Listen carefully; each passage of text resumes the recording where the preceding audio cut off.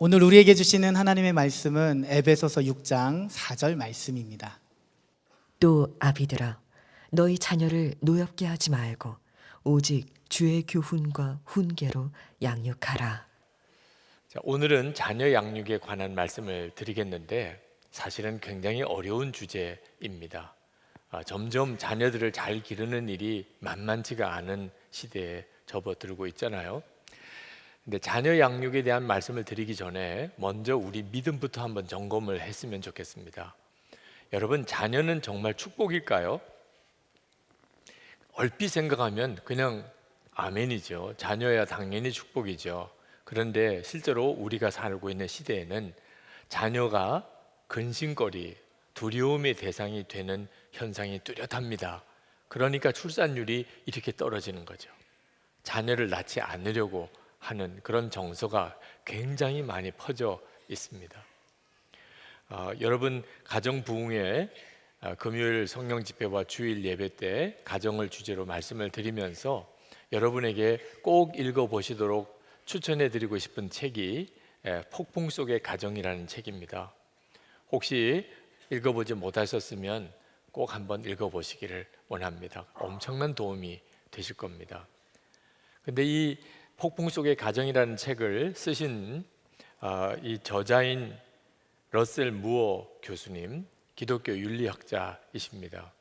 이 러셀 무어 교수님이 처음 결혼을 하고 가장 두려웠던 것이 아내가 원치 않는 임신을 갑자기 하게 되는 것이었답니다.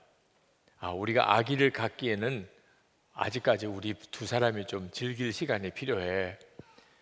그래서 아기를 한동안 갖지 않으려고 했는데 어느 시점에 우리도 이제 아기가 필요하겠다. 그래서 이제 아기를 낳으려고 하는데 이제는 임신이 안 되는 겁니다. 결국은 의사가 아기를 낳을 수 없을 것 같습니다. 이런 진단을 내리게 됩니다. 그때 이 러셀 모 교수님이 하나님 앞에서 엄청난 영적 좌절을 경험을 했다는 거예요. 아기를 갖고 싶지 않다고 갖지 않고 갖고 싶다고 해서 갖게 되는 게 아니라는 것을 그때서야 비로소 깨달았다는 거죠. 그래서 아이를 둘을 입양을 하게 됩니다. 두 아이를 낳을 수가 없다니까. 그런데 낳을 수 없다는 아이를 아내가 또 아들을 둘을 낳게 된 겁니다. 그래서 아들이 넷이 되었습니다.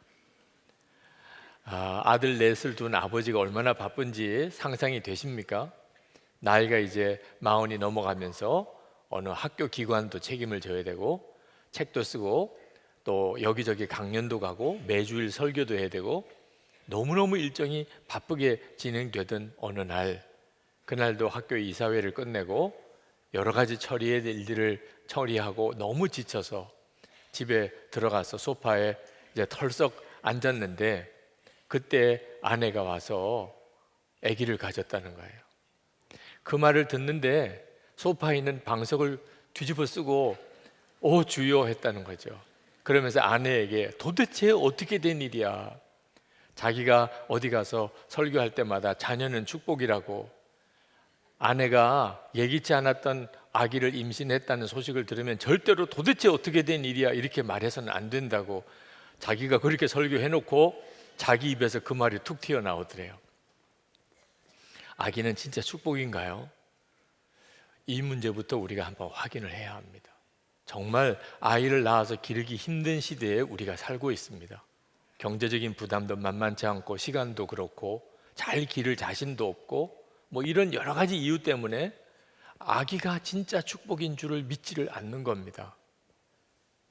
그러나 성경은 시대가 바뀌어도 아무리 환경이 달라져도 자녀는 하나님이 주신 축복이라고 증거하고 있습니다. 시편 127편 3절 4절을 보면 보라 자식들은 여호와의 기업이요 태의 열매는 그의 상급이로다. 젊은 자의 자식은 장사의 수중에 화살 같으니. 그러므로 오늘 자녀 양육을 위해서 말씀을 우리가 함께 나누지만 무엇보다도 믿음을 분명히 해야 합니다. 자녀는 축복이야. 자녀는 하나님이 주시는 상급이야. 그게 분명해야 합니다. 아이들이 태어나면 그 아이들이 무슨 말을 할 수 있겠어요? 그러나 그 아이들의 속에서부터 그렇게 어른들 부모에게 말하는 것 같아요. 나를 잘 돌봐 주세요. 나를 사랑해 주세요. 나를 보호해 주세요. 아이들은 어른들에게, 부모에게 그렇게 정말 호소하지요. 그러나 실제로 살아보면 부모가 아이들 신세를 지고 살아요. 고생스러운 세월을 보내고, 그리고 내가 이런 고생을 견딜 수 있었던 것은 우리 아이들 때문입니다. 애들 때문에 그 힘들고 어려웠던 고비들을 포기하지 않고 지금까지 살아올 수 있었습니다. 이런 고백을 하는 부모들 너무너무 많습니다. 저도 딸이 둘인데 가만 돌아보면 정말 힘들고 쉽지 않았던 시절에 그 딸들 때문에 그래도 기쁨을 되찾고 다시 살아갈 힘도 얻고, 그리고 하나님 앞에 매달릴 수 있었던 정말 축복의 존재예요. 아기 낳는 게 힘들다, 임신 자체가 두렵다, 그래도 말입니다, 아기가 출산하고 그리고 그 태어난 아기를 품에 안은 엄마와 아빠는 얼굴이 세상을 얻은 것 같이 환해요. 그건 참 신비한 겁니다. 그 태어난 그 새 생명의 존재 자체가 엄마 아빠 마음에는 뭐라고 설명할 수 없는 기쁨이 되는 거예요. 자녀는 축복인가? 맞습니다. 우리 시대가 우리를 속이고 있어요. 자녀는 부담이야. 자녀 낳으면 고생이야. 그렇지 않습니다. 하나님의 말씀이 옳아요. 자녀가 축복입니다. 여러분이 이 사실에 대한 믿음을 분명히 해야 합니다. 자녀들이 커가면서 말도 잘 듣고 공부도 잘하고 그리고 돈도 잘 벌고 성공하고 좋은 학교 가고, 그래서 가문을 빛내주고, 그러면 자녀가 복인가? 여러분, 이런 생각에서 빨리 벗어나야 됩니다. 여러분이 그렇게 생각하니까 자녀가 못나 보이고, 자녀 때문에 속상하고, 자녀들에게 화를 자꾸 내고, 자녀들에게 막 다그치고 잔소리하고 그렇게 되는 거예요. 공부 잘해야 되고 말 잘 듣고 뭐든지 잘하고 성공하고 돈도 잘 벌고 그래야 복이라고 생각하니까, 그렇지 못한 자녀라고 느껴질 때 막 화가 나는 거죠. 여러분, 자녀는 그냥 있는 그대로 잘나 보이든 아니든, 똑똑한 것처럼 보이든 그렇지 않든, 뭔가 길을 잘 헤쳐나가든 뭔가 좀 다른 사람보다 모질한 것 같이 보이든 상관없이 그냥 존재 자체가 하나님이 너무너무 기뻐하시고, 그 아이를 보면서 하나님은 환호성을 지르는 그런 존재예요. 게리 토마스라는 분이 사랑학교라고 하는 책을 썼는데, 그 책 속에 이 저자가 어느 고등학교 풋볼 시상식에 갔던 이야기를 하고 있습니다. 그 학교에서 그 풋볼 팀 선수 모두에게 상을 주려고 그렇게 계획을 했는지 온갖 이름의 상을 다 붙여가지고 그 선수들을 하나하나 상을 주더래요. 최우수 선수상을 받은 선수 학생이 단에 불려서 올라갈 때는 뭐 우레 같은 박수 소리가 들렸습니다. 당연히 그랬겠죠. 그런데 장려상 정도 수준의 상을 받은 아이가 강단에 올라가는데도 뭐 요란스러운 박수와 환호성이 터지더래요. 야, 도대체 누가 이렇게 소리를 지르나 하고 봤더니 저쪽 구석에 어느 무리가 막 일어나서 손뼉을 치고 환호성을 지르고 휘파람을 불고 난리도 아니더래. 상 받으러 올라간 애는 영 겸연쩍어 가지고 얼굴도 못 들고, 그런데 막 소리는 마치 최우수 선수상 받은 그 학생보다도 더 뜨겁게 막 박수를 치는 거예요. 누가 그랬는지 대략 짐작이 가지요? 네, 그 친구들하고 그 가족하고 친척들이 그렇게 하는 거예요. 그걸 보면서 우리 중에 어떤 사람도 하나님 앞에 갔을 때 박수 못 받을 사람이 없겠구나 하는 걸 깨달았다는 거예요. 하나님은 우리 아버지세요. 우리 자녀들의 아버지세요. 그러니 하나님께서 그 아이를 보면서 기뻐하고 박수하고 환호성을 지르는 것은 지극히 당연한 일이죠. 그 사실을 부모가 믿느냐 안 믿느냐 하는 게 문제인 거죠. 정말 하나님이 우리 아이를 보면서 기뻐하고 박수치고 그러실까?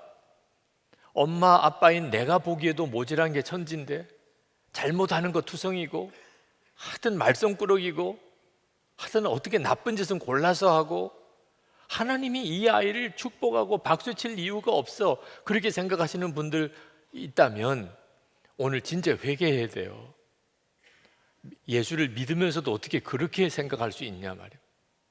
아니 하나님이 그렇게 기뻐하고 정말 박수치고 환호성을 지를 확실한 증거가 있습니까? 있지요. 십자가가 그렇죠. 십자가. 하나님께서 우리를 사랑하시되 어느 정도로 사랑하시냐, 당신의 독생자를 대신 내어주시기까지. 예수님은 당신이 피 흘려 주시기까지 그렇게 사랑하신 그 십자가의 은혜를 받은 사람 중에 여러분의 자녀는 제외됐습니까? 여러분의 자녀들은 하나님의 그 십자가의 은혜에 받을 사람이 안 된다, 하나님께서 우리 자녀에게는 절대로 십자가의 은혜를 주실 수 없으시다, 여러분 이런 아이가 있을 수 있겠습니까? 모든 우리 자녀들이 다 십자가의 은혜의 대상입니다. 그 말은 하나님이 기뻐하시고 정말 환호성을 지르고 그렇게 좋아하지 않을 아이가 한 아이도 없다는 거예요. 여러분이 이 사실을 진짜 믿으면 아이들이 살 길이 열립니다. 부모가 정말 그걸 믿으면. 너는 하나님의 축복의 아이야. 하나님이 너를 얼마나 사랑하는 줄 알아? 얼마나 기뻐하는 줄 알아? 여러분이 그 사실을 진짜 믿게 되면 그 아이를 바라보는 눈이 달라지고 말이 달라진다니까요. 결국은 믿음이 없었던 거예요. 하나님이 우리 아이를 얼마나 사랑하시고 얼마나 기뻐하시는지. 어떤 분은 목사님 말씀 다 이해하겠는데 지금 세상이 너무 힘들잖아요. 나도 지금 살아가기가 이렇게 어려운데 어쩌자고 애를 낳아가지고 이 험한 세상, 이 힘든 세상, 사고도 많고 재앙도 많고 너무너무 믿음으로 살기도 어렵고 이 경쟁, 이 살벌한 이런 세상에 무책임하게 낳아놓기만 하면 어떻게 할 겁니까? 저는 이런 세상에 사는 아이를 안 낳는 것이 그 아이에게 잘해주는 거라고 생각합니다. 충분히 이해할 만해요. 우리가 사는 세상, 쉽지 않은 세상, 정말 어려운 세상, 고생할 것이 뻔한 세상, 그렇게 느껴질 만합니다. 그러나 여러분 한번 생각해 보세요. 인류 역사상 그 어느 시대에 재앙이 없었고 환란이 없었고 시험이 없었고 마귀가 영적인 공격을 하지 않은 그런 시대가 어느 시대에 한 번이라도 있었냐 말입니다. 어느 시대나 환란, 재앙, 시험은 다 있었습니다. 그런데 우리 주님은 그냥 그런 세상에 우리를 그냥 살도록 내버려만 두신 게 아니고 엄청난 약속을 하셨습니다. 마태복음 20장 28장 20절에 보면 내가 세상 끝날까지 너희와 항상 함께 있으리라. 아멘. 세상만 힘든 거 아닙니다. 우리가 예수를 믿는다면 진짜 믿어야 될 것이 우리 주님이 항상 세상 끝날까지 함께 계시겠다고 하신 거예요. 우리 주님이 함께 계시기만 한다면야 사망의 음침한 골짜기도 얼마든지 주님 따라갈 수 있는 거죠. 우리 아이들 예수님이 함께 하시는 믿음만 갖도록 해주면 되는 거예요. 그러면 주님께서 그 아이를 데리고 이 세상을 얼마든지 잘 살아가게 합니다. 하나님께서 우리에게 자녀를 주실 때 그냥 우리 힘으로 살아가라고, 부모가 잘 기르라고 맡긴 게 아닙니다. 주님이 세상 끝날까지 항상 함께 하시겠다는 약속도 함께 주셨던 거예요. 부모는 오직 주의 교양과 훈계로 아이를 양육하기만 하면 됩니다. 그런데 주님의 교양과 훈계로 양육하는 것에 대해서 좀 오해가 있습니다. 많은 부모들이, 특히 경건한 많은 부모들이 주의 교양과 훈계로 자녀를 양육하라고 그랬지, 그러니 너 반드시 교회 가야 돼, 일요일이면 교회 가서 주일 예배 드려, 너 성경 반드시 읽어야 돼, 너 정말 기도해야 돼, 너 절대 거짓말하면 안 돼, 너 똑바로 살아, 너 방 청소 제대로 해야 돼, 예수님이 보시면 뭐라고 그러겠어요? 이렇게 하라는 게 아니라는 것을 알아야 됩니다. 그렇게 가르치니까 아이들이 독립군이 되는 거예요. 빨리 독립해야 되겠다. 엄마, 아빠 이 잔소리에서 내가 빨리 도망가야지. 예수 믿는 게 좋은 게 전혀 느껴지지 않아요. 예수 잘 믿는 게 좋다는 느낌이 안 드는 거예요. 그게 종교 생활이에요. 이건 주의 교양과 훈계로 가르치는 게 아닙니다. 그럼 어떤 게 주의 교양과 훈계로 가르치는 거죠? 예수님 하면 가장 먼저 떠오르는 게 뭡니까? 십자가죠. 십자가가 뭡니까? 완전한 용서, 완전한 사랑이죠. 그러니까 주의 교양과 훈계로 가르친다는 것은 아이들이 완전한 용서와 사랑의 분위기 속에서 자라는 거예요. 엄마 아빠가 끊임없이 용서하고 끊임없이 사랑하는, 그걸 경험하면서 자라게 하라는 거예요. 그래서 아이들이 우리 아빠는 성경에 탕자의 이야기에 나오는 그 아빠 그대로야. 우리 아빠는 정말 탕자의 비유에 나오는 그 아빠야. 그러면 주의 교양과 훈계로 가르친 거예요. 우리 엄마 볼 때마다 나는 예수님 보는 것 같아. 물어봐요. 오늘 돌아가서 나는 엄마 보면 정말 예수님 보는 것 같아. 예수님이 이러셨을 것 같아. 이렇게 고백할 수 있게 해주라는 거예요. 용서하고 또 용서하고 사랑하고 또 사랑하고. 여러분, 부모에게 주신 첫 번째 교훈이 자녀 화나게 하지 말라, 자녀를 노엽게 하지 말라 그랬어요. 그러니 이건 정말 잔소리하고 다그치고 그리고 의심하고, 이건 정말 분위기가 완전히 다른 분위기를 말하는 거예요. 그래서 아이들이 화를 내는 거예요. 엄마는 교회 가라, 성경 봐라, 기도하라, 싸우지 마라, 청소도 제대로 해라, 내 이불은 제대로 개라, 숙제는 했냐, 그렇게 말만 하지. 엄마 아빠에게서 용서를 느끼고 사랑을 경험하고 진짜 믿음을 볼 수 없다면, 그러면 자녀들은 화가 나는 거죠. 엄마가 예수 믿고 아빠가 예수 믿는 것 때문에 가정에 기쁨이 늘 넘치고, 아, 우리 집은 진짜 사랑이 있어, 예수 믿으니까 이런 용서가 우리 집에 있구나, 엄마 아빠는 정말 믿는 것 같아, 나를 믿는 것 같아, 하나님을 믿으니까 나를 믿으신대. 이런 분위기는 전혀 느껴지지 않으면서 자꾸 말로만 잘해라고 하니 화가 나는 거죠. 여러분, 부모로서 우리가 할 일은 자녀에게 말로 가르치고 또는 야단치고 하는 게 아닙니다. 그냥 믿음과 사랑으로 살아내는 거예요. 엄마 아빠가 진짜 믿음과 사랑으로 살아내는 것. 아이들이 다 압니다. 엄마가 하나님을 진짜 믿고 나를 믿는지, 엄마 아빠를 통해서 정말 예수님이 나를 용서하고 사랑하시는지 아이들이 다 알아요. 우리는 나이가 들어서 늙고 초라해지고 결국은 자녀들에게 짐이 되는 것에 대해서 두려운 마음이 있습니다. 실제로 그건 두려운 일이죠. 자녀들에게 짐만 되지 않을까, 사실 걱정할 만한 일입니다.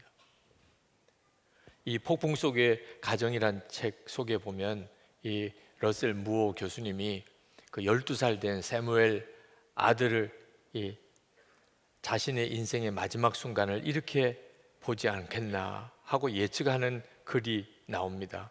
내 인생의 마지막에 세무엘이 나를 돌보면서 어떤 짐을 지게 될지 궁금하다. 내가 쇠약하여 서재로 가는 계단도 못 올라가면서 내 모든 책을 끝까지 버리지 않겠다고 고집을 피우지는 않을까? 실버타운의 작은 아파트에는 서재를 둘 수 없다고 사무엘이 나에게 설득하느라 애를 먹지는 않을까? 내가 병원에 누워 있을 때 세무엘이 내 입에 흘러내린 침을 닦아주게 되지는 않을까? 세무엘이 기억하는 나의 마지막 모습이 나의 환자용 변기를 비워준 일이거나 나의 인공 항문 주머니를 바꿔준 것이 될까? 나는 세무엘이 나를 그렇게 기억하지 않았으면 좋겠다. 분주하게 설교하고 강의하고 텔레비전에서 중요한 쟁점들을 토론하는 아버지로 기억하기 바란다. 그러나 그것은 헛된 희망일 것이다. 내가 마지막 숨을 들이마시려 애쓰는 순간에 나의 아들은 이전 어느 때보다도 진짜 나를 더 잘 보게 될지 모른다. 그렇겠죠. 우리의 자녀들이 우리의 늙고 초라하고 약해진 그 마지막 모습을 결국은 보게 될 거예요. 그러나 두려운 것은 그게 두려운 게 아닙니다. 진짜 두려운 것은 엄마 아빠의 믿음이 우리 자녀들의 마음속에, 생각 속에 어떻게 기억될 건가 하는 것입니다. 저희 부친께서는 81 되셨을 때 저희 집에서 설날 가족 모임을 갖고 떡국을 맛있게 드시고, 그리고는 그 다음 새벽에 뇌출혈로 쓰러지셨어요. 쓰러지신 걸 늦게 발견하고 그리고 병원에 급히 모시고 갔지만 결국은 온몸을 쓰지 못하시게 됐습니다. 기도절개하고 콧줄을 꽂고 말씀도 못하시고, 그리고는 계속 그것을 뽑으시려고 하니까 꼼짝없이 병원 침대에 팔을 묶어 두어야 되고, 그런 아버님의 모습을 2년 동안을 지켜봐야 됐습니다. 제게 있어서 아버님의 마지막 모습은 그런 모습이었어요. 그것은 저에게 참 슬픈 일이었습니다. 그러나 아버님 장례를 치르면서 아버님이 나에게 심어준 것이 그 초라했던 마지막에 그 고통스러웠던 모습만 아니었다는 걸 알았어요.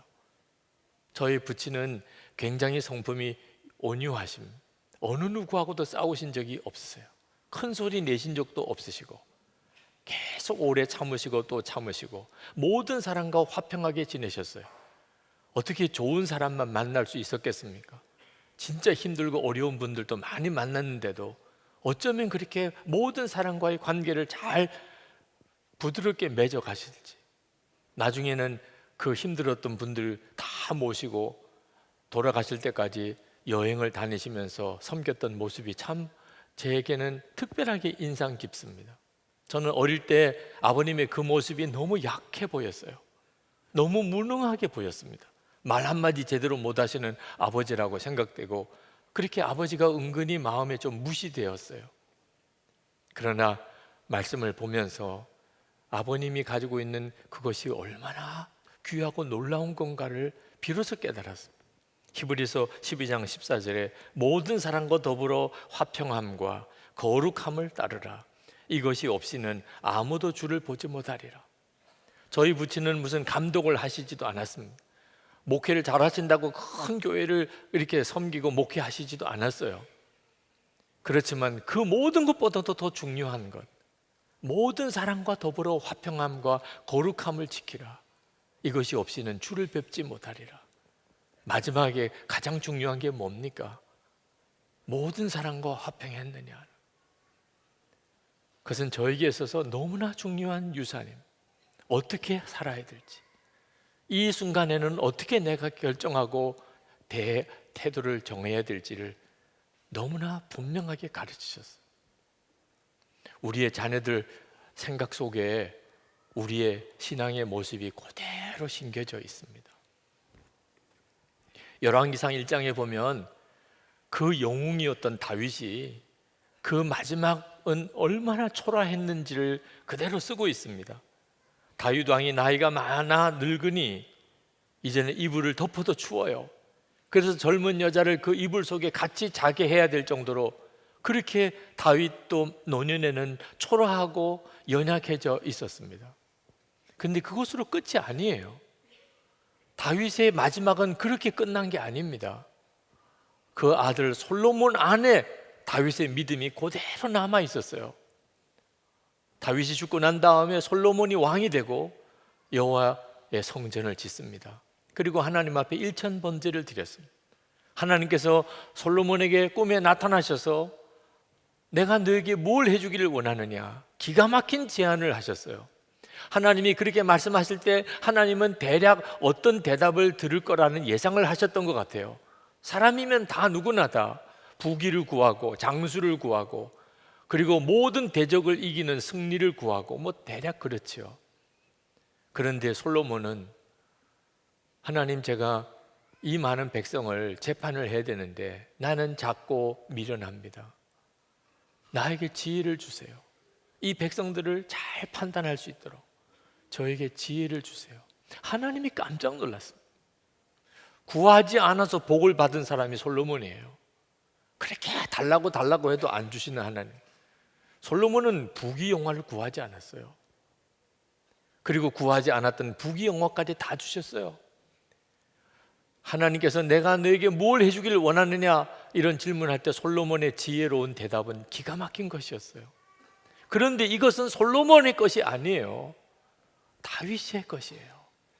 솔로몬이 그 하나님의 말씀을 들을 때 아버지 다윗이 생각이 났다고 그랬습니다. 열왕기상 3장 6절에 보면 솔로몬이 이르되 주의 종 내 아버지 다윗이 성실과 공의와 정직한 마음으로 주와 함께 주 앞에서 행함으로 주께서 그에게 큰 은혜를 베푸셨고 주께서 또 그를 위하여 이 큰 은혜를 항상 주사 오늘과 같이 그의 자리에 앉을 아들을 그에게 주셨나이다. 하나님께서 말씀하시는데 솔로몬이 아버지 생각이 났어요. 아버지는 성실과 공의와 정직한 마음으로 주와 함께 주 앞에서 행하셨지. 그러니까 금방 부귀영화를 구할 게 아니고 백성들을 잘 재판할 수 있는 지혜를 구할 마음이 일어났던 거죠. 그리고 하나님이 그 모든 것을 구하지 않은 걸 다 주시게 된 거죠. 어느 날 솔로몬이 아마 아버지 다윗에게 물었을 거예요. 아버지도 하나님을 안 믿고 하나님 앞에 크게 범죄하고 하나님의 마음을 아프게 하고 하나님께 그렇게 벌을 받았던 그랬던 적도 있었나요? 다윗이 대답했겠지요. 솔로몬아, 나도 그랬다. 너가 태어나기 전이지만 진짜 끔찍한 죄, 정말 부끄러운 죄, 그런 죄를 나도 지었지. 하나님으로부터 책망도 많이 받았다. 솔로몬이 대답했을 거예요. 아버지, 정말 믿어지지 않아요. 진짜 믿어지지 않아요. 솔로몬이 보았던 아버지 다윗은요, 그럴 아버지가 아니었습니다. 히스기야라고 하는 왕이 나옵니다. 아주 훌륭한 왕이에요. 우상을 철폐하고 산당을 다 무너뜨리고 정말 기도 많이 하고 죽을 병에 걸렸을 때 간절히 눈물로 기도해서 15년 생명 연장을 받았던 그런 왕입니다. 그가 생명 연장을 받고 3년 뒤에 므낫세라는 아들을 낳았어요. 그 므낫세라고 하는 아들의 이름이 뭐냐면 기억나지 않는다, 다 지나갔다, 그런 뜻입니다. 아수르 왕의 공격도 잊어버리고 중한 병으로 죽어가던 두려움도 다 잊게 만들어준 아들이에요. 그런데 참 안타까운 것은 그 생명 연장을 받고 난 다음에 히스기야가 교만해졌습니다. 그 전에 하나님을 그렇게 신실하게 의지하고 믿던 그 믿음 다 잃어버렸어요. 그리고 교만하게 행하면서 하나님의 진노를 사게 됩니다. 그리고 하나님께서 히스기야가 죽고 난 다음에 이스라엘이 멸망할 것을 예언하세요. 그 아들 므낫세가 왕이 되고 세상 없이 악한 왕이 됩니다. 이스라엘의 가장 악한 왕으로 받을 그런 왕이 됩니다. 므낫세가 어느 날 히스기야에게 이렇게 물었을지 몰라요. 아버지도 하나님을 잘 믿고 하나님 앞에 정말 겸손히 기도하고 하나님만 의지하던 때가 있었나요? 히스기야가 대답했을 거예요. 아들아, 물론 그랬지. 나도 하나님만 의지하고 하나님 말씀대로만 살고 그렇게 눈물로 기도하던 그런 때가 나도 있었단다. 므낫세가 대답했을 거예요. 아버지, 믿어지지 않아요. 자기가 사는 동안에는 아버지 히스기야가 전혀 그렇게 안 살았거든요. 여러분, 부모가 자녀에게 해줄 수 있는 최고의 양육은 자녀의 마음속에 우리 아빠 엄마는 정말 믿음으로 살았어. 정말 사랑의 분이야. 그렇게 기억나게 해주는 거예요. 우리가 아이를 잘 기르보려고 애쓰고 노력해서 아이들이 잘 기르지는 거 아니에요. 우리 자신이 믿음과 사랑으로 사는 것이 하나님께서 우리를 통해서 자녀를 기를 수 있는 유일한 방법이에요. 자녀를 방임하라, 그냥 내버려 두라는 거 아닙니다. 우리 아이가 어떤 아이든지 간에 부모 눈에 보기에는 때때로 실망이 되고 좌절이 되고 어떤 때는 절망이 느껴지더라도 믿음의 싸움입니다. 이 아이는 하나님의 축복의 아이야. 하나님이 사랑하는 아이야. 예수님이 대신 십자가에 죽어주신 아이야. 그걸 믿어야 돼요. 그리고 할 수 있는 것은 사랑밖에 없어요. 용서하고 사랑하고 사랑하고 용서하고 예수님께서 우리에게 하신 것처럼 그렇게 우리 아이에게 해야 하는 거죠. 자녀가 정말 엉망으로 사는 것처럼 보일 때도 내가 뭘 하든지 내가 어디 가든지 너는 항상 우리 자녀다. 우리는 내가 우리의 자녀라고 항상 기쁘게 말할 거야. 우리는 내가 하는 일, 너의 행동은 좋아하지 않아. 그러나 너의 존재를 부끄러워하지 않을 거야. 하나님 앞에 신실한 가정에도 탕자가 나올 수 있습니다. 탕자의 비유에 보면 그 좋은 아버지 밑에도 탕자가 나오잖아요. 그런데 우리 가정에 탕자가 생겼다는 게 부끄러운 게 아닙니다. 진짜 부끄러운 것은 탕자를 부끄러워하는 그게 부끄러운 거예요. 믿음이 없다는 뜻이잖아요. 사랑이 없다는 뜻이잖아요. 그러니까 주님이 아무것도 못 하시는 거예요. 우리가 믿음과 사랑으로 자녀를 양육한다고 자녀들이 다 바로 서는 건 아닙니다. 우리가 생각했던 것처럼 우리가 원하던 그때에 아이들이 다 바로 서지지는 않을 수 있어요. 그러나 기억해야 합니다. 반드시 탕자가 돌아오듯이 하나님께서 그 아이들을 통하여 하나님의 역사를 보여줍니다. 물론 어떤 때는 부모가 죽고 난 다음에 그 결실이 이루어질 수도 있죠. 부모가 할 수 있는 것은 오직 하나입니다. 우리 엄마 아빠는 정말 믿음과 사랑의 사람이었어. 엄마 아빠는 나를 정말 믿으셨어. 그리고 정말 사랑하셨어. 알고 보니까 그것이 하나님으로부터 온 것이었어. 그러면 그 다음부터는 주님이 하십니다. 이 시간에 우리 오늘은 특별히 자녀를 위해서 기도했으면 좋겠습니다. 하나님, 저희 가정에 허락하신 자녀 아무개를 위해 기도합니다. 정말 제가 믿음과 사랑으로 아이를 잘 길러보겠습니다. 혹시 여러분 중에 자녀가 없거나 또는 자녀가 먼저 세상을 떠났거나 하는 사람이 혹시 있으면 여러분, 교회는 한 가족인 것을 기억하셔야 됩니다. 여러분의 육신의 자녀는 없을지라도 영적으로 우리 교회 안에 자녀들이 엄청나게 많습니다. 하나님 앞에 이 시간에 올려드리고 기도하십시다. 하나님, 정말 주의 교양과 훈계로 양육받은 우리의 다음 세대들이 일어나게 해주시옵소서. 기도하겠습니다. 은혜와 사랑이 충만하신 아버지 하나님, 놀라우신 하나님의 은혜를 감사합니다.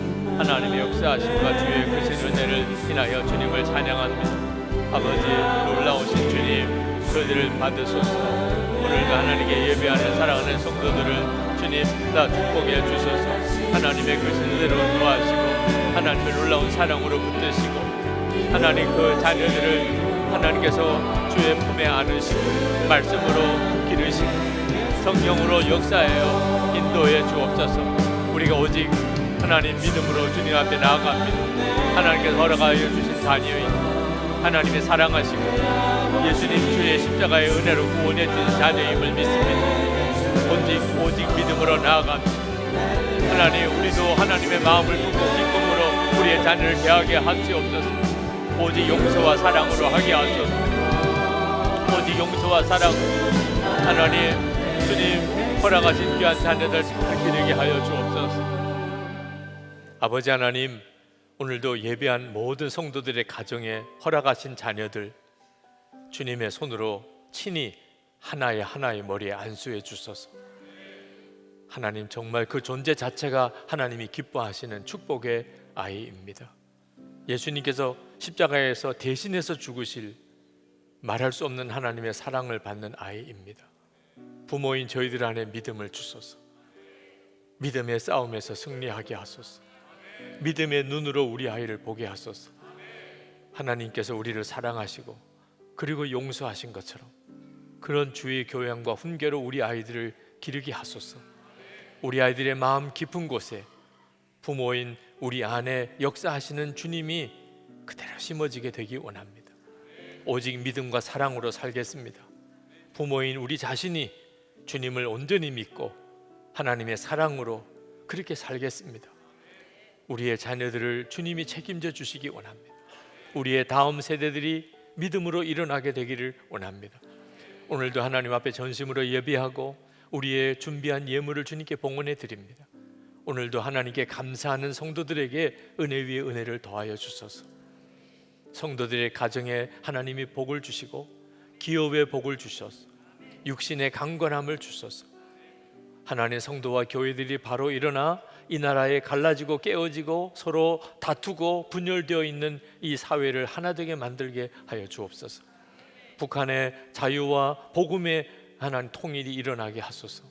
김국기 목사님, 김종욱 목사님, 최충길 선교사님, 억류되어 있는 목사님들 속히 구원받게 하시고 중국의 온성도 목사님 속히 풀려나게 하시고 북한의 동포들 자유와 하나님 복음으로 그들이 온전한 구원을 경험하게 하옵소서. 선교사님들에게 함께 하시되 그 자녀를 복을 주소서.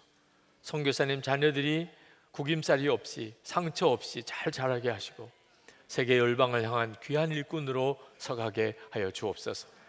우리 주 예수 그리스도 이름으로 간절히 기도합나이다. 아멘. 우리 다 일어나셔서 찬양하겠습니다.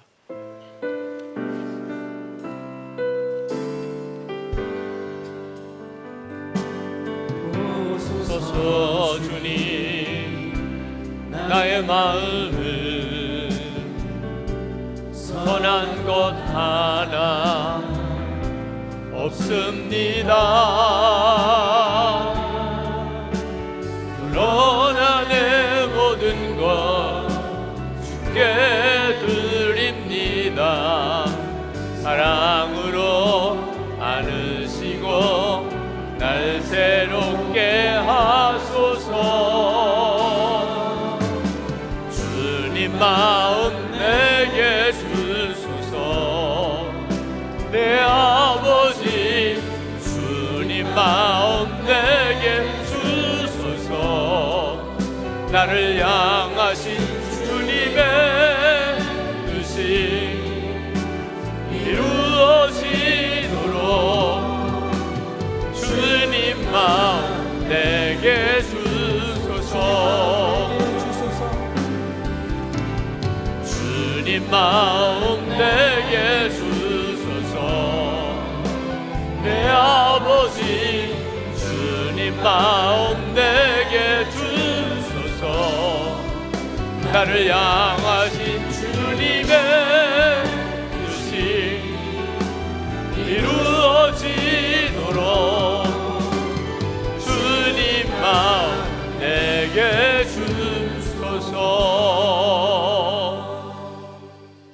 하나님께 예배하고 돌아가는 모든 성도들과 그리고 그 자녀들 위해 주 예수님의 은혜와 하나님의 사랑하심과 성령의 교통하심이 충만히 함께 하시기를 축원하옵나이다. 아멘.